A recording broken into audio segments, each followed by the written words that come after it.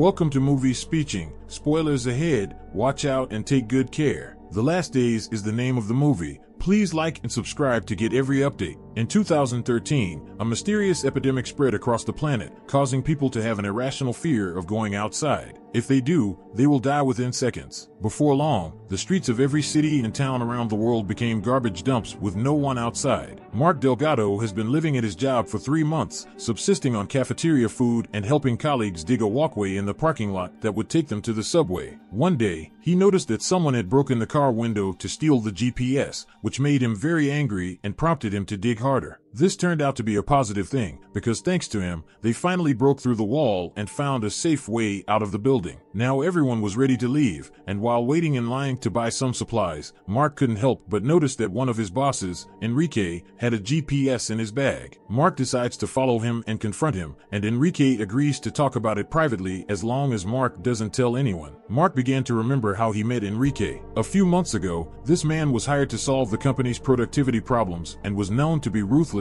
in his treatment of employees, firing them without hesitation when necessary. When he called Mark into the office, he berated Mark for taking so long on the project, denied knowing how difficult the programming process was, and gave him an ultimatum: you must finish by the end. Months otherwise he will have to complete the project. We'll lose your job. Mark stayed late at the office, working on his code and becoming more and more frustrated with every second of failure. His girlfriend Julia called him to tell him that she and her friend Andrea were closing their shop, and Mark promised that he would be there for dinner. However, his computer displayed a blue screen and he ended up staying longer than expected. When he finally arrived at his apartment, he noticed his neighbor opened the door only to find him arriving and his girlfriend having dinner without him. He finds her making toys for her store, and while looking at a puppet she plans to keep for the future, she brings up the subject of having children, and Mark replies that he doesn't think let this be the right time. That night he couldn't sleep, so he watched TV. The news tells of a Canadian teenager who recorded his suicide after 6 months of staying in his house and never leaving out of fear. The next morning, at work, everyone watches the same clip, causing Rivera, Mark's colleague, to nervously leave the premises. Another coworker pointed out that he hadn't changed his clothes or showered in days. Back in the present, Mark tells Enrique that he wants to find his girlfriend and that the only way to accurately locate the subway tunnels is to use GPS, since the phone no longer has a signal. He offers Enrique a deal: if he takes Mark to his girlfriend's house, he will give him all the belongings he took from Rivera's closet. Enrique initially says no, but changes his mind pretty quickly when Mark threatens to tell everyone about the stolen GPS. After saying goodbye to their colleagues, the two entered the subway tunnel. GPS works fine, but they turn it off to save battery, and for now they still use the subway map. There were already a lot of people there. Even gunshots were heard, so they hurried until they reached the station, which was full of survivors. Suddenly, a teenager stole Enrique's bag with a GPS attached. He and Mark began chasing him through the station, following him upstairs, and even dodging the fire until they reached the area behind the turnstiles. The child joined 3 men, including his brother, a former police officer, and carrying a gun. When the town outside finally begins to lose all power, the police bring them to their knees while his brother finds the GPS in the backpack. He then walks over to take Mark's bag as well. When the lights inside the station also went out, Enrique jumped on the policeman and struggled with him for the gun while Mark handled the boy and retrieved the GPS after he fell to the ground and its screen cracked. With the safety bag in hand, Mark hid behind a pillar while Enrique managed to retrieve the policeman's weapon and kill him before wounding his partner with a gunshot. He then joined Mark and they fled together, easily blending in with the crowd thanks to the darkness that had now enveloped the place. They stopped near the stairs to bandage the cut on Enrique's hand and check to see if the GPS was still working after his fall. Luckily it was. When Mark sees Enrique holding the gun, he thinks he's about to be left behind, but Enrique says he'll keep his end of the bargain. Mark started thinking about the days before quarantine again. One morning, as he was leaving the apartment to go to work, he heard a lot of flies at the neighbor's house and saw the door open, so he went in to see what was going on. He found the entire apartment filled with trash bags and the stench made him cough. His neighbor found him and attacked him with a knife, wondering why he came in here when he had never cared about him before and didn't even know his name. Mark asked how long he had been in the apartment, and the man replied that he had not left the apartment in months. He tried, but he was too scared and couldn't do it. Mark then goes to work, where he sees Rivera being taken away by security guards after being fired for sleeping in the office and never returning home. Mark followed them as Rivera tried his best to fight back, but to no avail. Guards pulled him out and he immediately began convulsing.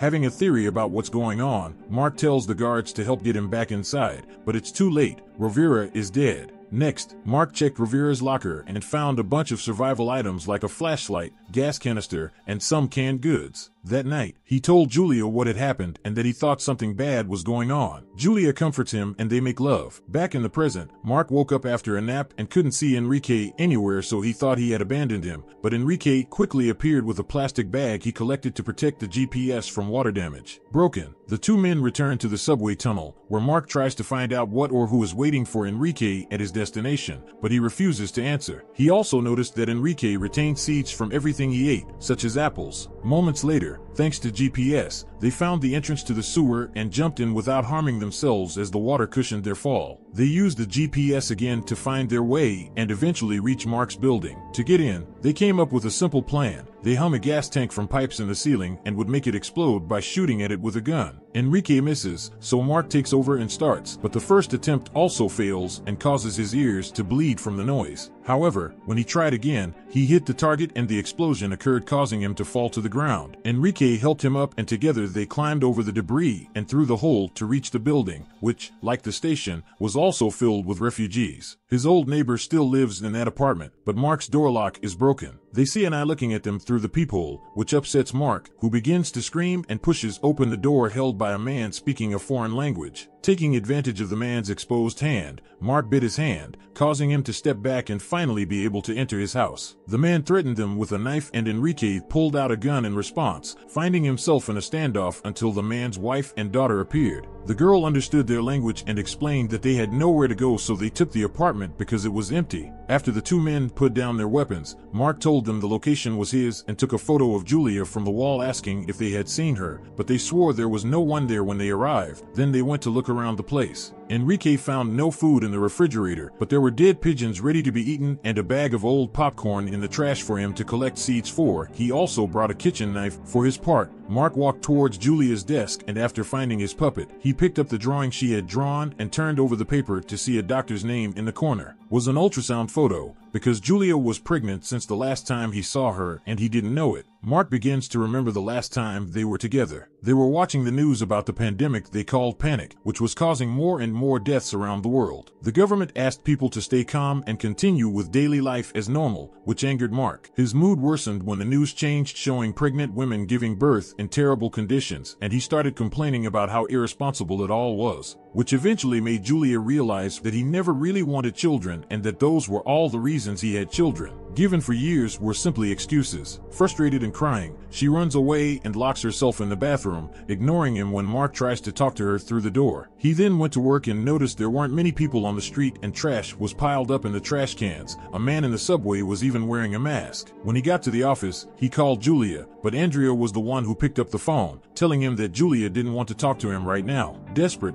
Mark decides to leave again, especially after the phone and nearby television lose connection. However, as soon as he walked out, he started feeling nauseous, so he had to go back inside and stay there permanently. Back in the present, it starts to rain, so Mark and Enrique help the family fetch water using an old stretcher. Before long, people across the city were using sticks to place buckets and basins in the rain to fill water sources. In the evening, Enrique cut 2 spears from the broom, and Mark filled various bottles with newly obtained water. He also put Julia's puppet in his pocket. They returned to the sewers in the morning, and when they separated, they argued about which way to go. Mark wants to go to the mall where Julia works to see if she's there, but Enrique refuses, saying his deal was just to take her to his apartment and that it wasn't his fault when she wasn't there when they arrived. He even pulled out a knife to defend himself and loudly asked if Julia was still alive, which angered Mark and caused him to attack him. During the struggle, Enrique dropped the knife and Mark dropped the flashlight, causing it to shatter when it hit the ground. The two men broke up fighting and Mark demanded to know what Enrique had that could be more important than his wife and children, so Enrique finally admitted that he wanted to go to the hospital where his father was after he lost the ability to move due to an embolism. He also told Mark that he could go with him because once he got to the hospital, the GPS could be his. After a moment of hesitation, Mark accepted. The duo found stairs that led them inside a church. Looking around, they saw a lighter and a clear bottle of alcohol, so they used both items and some wood to light a fire. It seemed like the light had attracted someone's attention, as they heard a noise nearby, so they took their spears and went to investigate. What they found behind the church was a real surprise, was a bear, which quickly chased them. Mark was about to go to the drainage stairs when he noticed Enrique had fallen and the bear was on him, so he decided to stay and help him. He pushed the animal with his spear to keep it away from Enrique, who rushed to their fire and lit a torch to keep the bear at bay. However, this was not enough. The bear advanced and pushed them towards the door that would lead them out, so Mark came up with a plan. He asked Enrique to drop the torch, and when he did so, the bear took the opportunity to jump on him. So Mark met him with his spear pointed at him, causing the bear to crash into it. The two men couldn't help but laugh when they found a card noting that the bear came from the Barcelona Zoo. A while later, they ate bear meat grilled over a fire. Enrique thanks Mark for staying instead of running away with the GPS and admits that before everything happened, he would have fired him even if he finished the project on time. But this admission only made them laugh again. Enrique also admitted that he feared that without his father, no one would care if he died, and there were 4 important things he still needed to tell her. In return, Mark told her that he had told Julia that he did not want children, but that was not entirely true. He was just afraid of not being able to care for and protect the child, a fear that grew stronger every day. Then, worse under current circumstances. A few hours later, they returned to the sewers and encountered a family going in the opposite direction. One of them was injured, so they told them to go with them to the hospital, but they received bad news. Rumors said that the hospital where Enrique's father was burned down. Panicked, Enrique ran to the nearest door and entered a building, where he climbed the stairs until he reached a floor high enough to survey the city and confirm the rumors. Hospital had indeed burned down. Feeling he had nothing left to live for, Enrique used a chair to break the window and tried to jump, but Mark pushed him inside and told him he needed him. Enrique didn't agree, so he gave Mark the seed of his future child and told him to leave. After returning through the sewers, Mark finally reaches the mall, which he enters through a parking lot filled with corpses. Ignoring the feeling of being followed, he rushes to Julia's store, but only finds Andrea's mother's body. Extremely desperate, he flipped through all the papers and notebooks, but couldn't find any clues, so he angrily threw everything on the floor and cried until he recognized something in the mirror. After clearing away the dust, he found a note from Andrea to his mother, saying they were stuck in the supermarket section of the mall. Mark rushed towards this area that had been barricaded so that people from this floor could no longer come and steal their food. The men guarding them threaten Mark with bows, so he takes out a photo he brought from his apartment and explains that he doesn't want any trouble, he just wants to find his girlfriend. One of the men goes to the back to see if Julia is there with them, and while he waits, Mark sees shadows moving behind him. Suddenly, a group of people following him stepped out, taking advantage of the distraction Mark created to rush into the market and fight for food. As the two groups clash violently, Mark also enters the market and searches for Julia, but finds Andrea instead. She mentioned that the last day she saw Julia was before going to see the doctor, and, after fending off an oncoming attacker, she guided Mark to a nearby exit. However, they are separated when a spark falls from the ceiling between them, trapping Andrea between the fire and the outside world. She opens the door and Mark encourages her to go out, but she is unable to do so and dies when another part of the ceiling falls on her. Mark wasted no time and started running in the opposite direction, only to be jumped by one of the crazed raiders. He's about to get stabbed when suddenly Enrique appears and pushes the guy away before helping Mark up, telling him he'll need him again. However, the attacker did not leave but quickly approached and stabbed Enrique in the stomach. Enrique pushed him away again and was about to stab him with the spear when he realized it was just a child and decided to spare him. Pretending that his injuries are not serious and that he is fine, Enrique tells Mark that they should quickly leave the mall before the entire building collapses. They go through the sewers again until they find a hole in the ceiling dug by someone else, and when they climb through it, they find themselves in a movie theater. There was no one around, so Mark approached the glass door and saw Julia's doctor's office across the street. But he couldn't get there like this because the tunnel was blocked. Desperate, he went upstairs and looked out the window, trying to see if he could find Julia inside the building. It took a while, but he finally saw her, and when he did, he started calling her name and banging on her window, hoping that she would see him too. At first it seemed like she would never come back, but it seemed Mark's tactics were working because Julia suddenly returned and the couple finally met again and cried with happiness. Mark runs downstairs to tell Enrique about Julia,